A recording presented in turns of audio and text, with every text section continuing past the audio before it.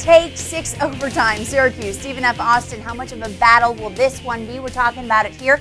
Glad to have you with us. The show brought to you by brother Lawrence Shehadi, Gary Parrish here with you, for you. Gary, let's look at Syracuse here. Winners of 7 straight before losing to Louisville in the Big East Championship. Part of that epic 6 overtime fight against UConn. Survived that game. This is a battle-tested Big East squad that on paper, ready to make a tournament run, but their conference so tough. We saw it last game, Gary. They're tired. Could wear and tear be a factor?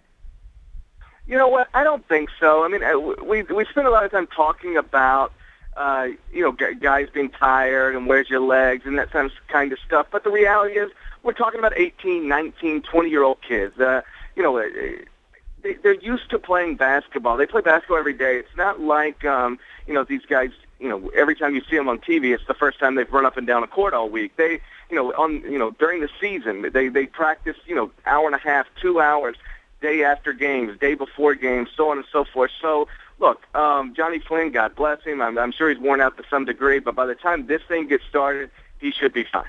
They're young. They can handle it. Better them than us, right, Gary?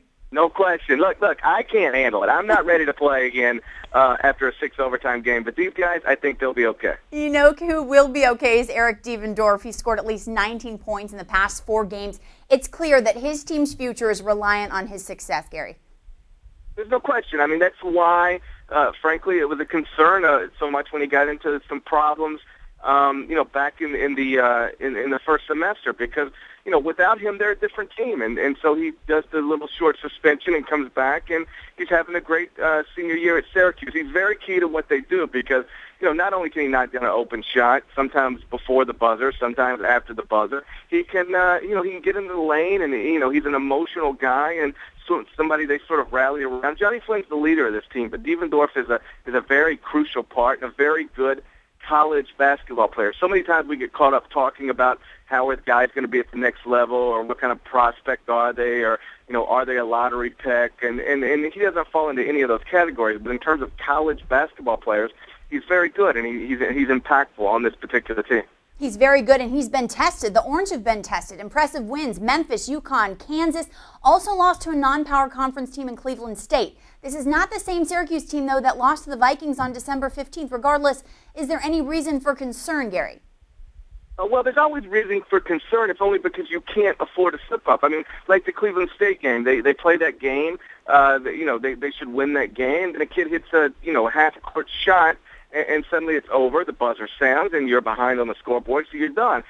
That was just one game. At the end of the day, it was mostly irrelevant to Syracuse's season. The problem is you have one of those now, and that's it. Then it ends your season, and it shapes your season, and it's the way everybody remembers your season. And so there's a concern from that standpoint, but it's the same concern everybody has. From a basketball perspective, no, there's no concern. Stephen F. Austin has not beat a team like Syracuse all year long. They played Texas A&M, lost by double digits. Played Texas Tech, lost by double digits. Played Arkansas, lost by double digits. So when they've played schools, both good and bad from power leagues, they haven't been competitive, and I don't know why there's any reason to think they'd be competitive this time around, unless Syracuse just comes out and plays poorly. But what about Josh Alexander, Matt Kingsley? These are guys that have led Stephen F. Austin. They've proven they can play with the big boys, but can they play and succeed against Syracuse? Oh, yeah. I mean, look, basketball players are basketball players, and there are high-major guys and quote-unquote mid-major guys, but Kingsley's somebody he'll post numbers. I mean, he's solid, but again, he is not used to playing against these type of players. He's been good lately. I think he had 20 and 22 or something like that his past 2 games.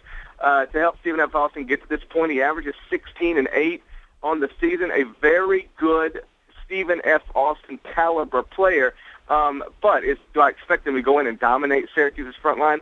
No. Can he post numbers? Of course. Can he keep him around for a half or so? Sure. But I think ultimately, he'll be overwhelmed a little bit by the size and athleticism of a Syracuse team, and then frankly, Syracuse should pull away the way most power Big East teams should pull away from a team like this. Sure, ultimately overwhelming. March 20th, 12:15 p.m. Eastern. Watch every game from the first round to the NCAA Championship live online for free with NCAA March Madness on demand. Go to ncaa.com to find out more. I'm Lawrence Shehadi. Thanks for watching.